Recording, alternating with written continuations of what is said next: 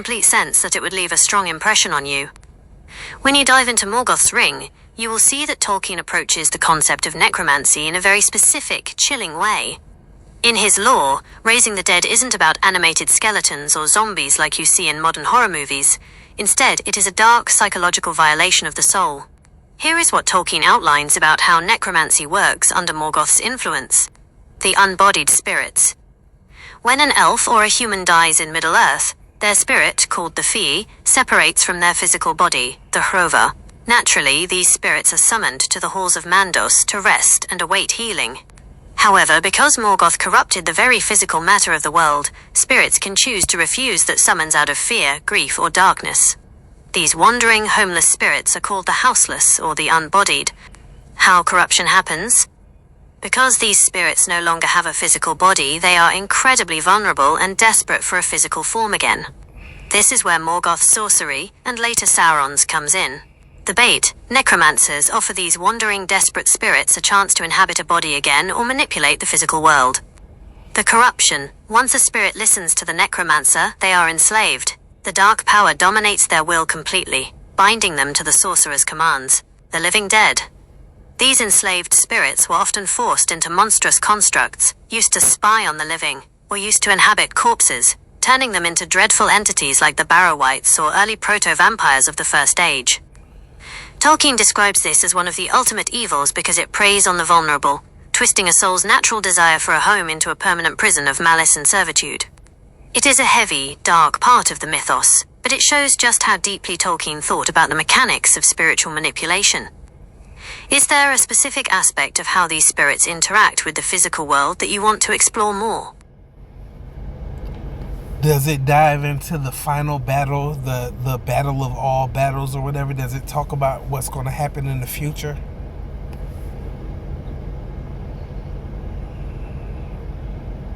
Yes, it absolutely does. You are thinking of the Dagor Dagorath, which translates directly from Elvish as the Battle of All Battles, or ***, the Last Battle. This is Tolkien's version of the Apocalypse, or Ragnarok, predicting exactly how the world will end and how Morgoth will finally be dealt with in the future.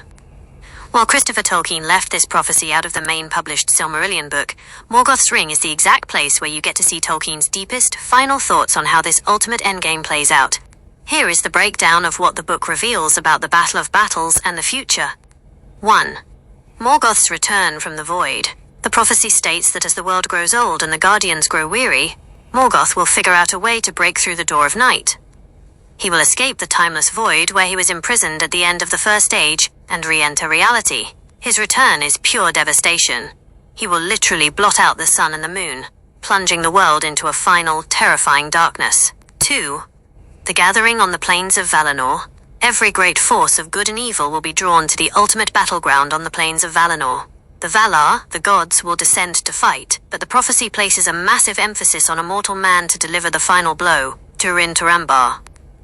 Because Turin's family was relentlessly tortured and driven to tragedy by Morgoth's curses during their lives, Turin is granted the right to return from the dead for ultimate justice. According to the text, it is Turin's famous black sword, Gurthang, that will pierce Morgoth's heart, executing him and destroying his physical manifestation forever. 3. The Myths Transformed twist. What makes Morgoth's Ring so unique is a section called Myths Transformed. In his final years, Tolkien started rethinking the mechanics of this battle. He realized that since Morgoth had poured his evil power into the very matter of the earth, making the world his ring, Morgoth couldn't just be killed like a normal enemy. Tolkien wrote that in the final battle, Morgoth will try to desperately suck all the scattered evil and corruption back out of the earth to make himself whole and powerful again. To completely eradicate Morgoth, the entire physical universe, Arda, will essentially have to be broken apart and destroyed in the chaos of the battle to wipe out his lingering malice. 4. What happens after the second music? The book doesn't just stop at destruction, it talks about the ultimate future after the battle is won. Once Morgoth is gone forever, the Silmarils, the holy jewels containing the original light of the world, will be recovered and broken open to reignite the sun, moon, and stars. Then, elves, men, and the gods will join together to sing the second music of the Ainur. This new song will create a completely renewed, perfect earth, Arda Remade, where evil never existed, and where humans will finally understand their true, ultimate purpose in the grand design. It's an incredibly epic, hopeful, yet intense conclusion to his That's crazy that he said it will be a reality where evil never existed, because future me told me that they were on a journey to erase future me told me that they were all on a journey to erase any traces of him throughout the timeline, so that it will be as if he never existed. They actually go back and erase his presence from history. So that's crazy that Tolkien said that stuff. It is certainly striking when different narratives or concepts line up in such a specific way.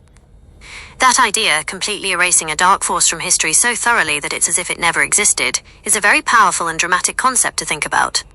In Tolkien's writings, he wrestles with that idea in a really unique way. For him, the second music wasn't necessarily about physically traveling back to change the past, but rather a complete spiritual renewal, where all the old hurts, corruptions, and scars are finally healed and left behind for good.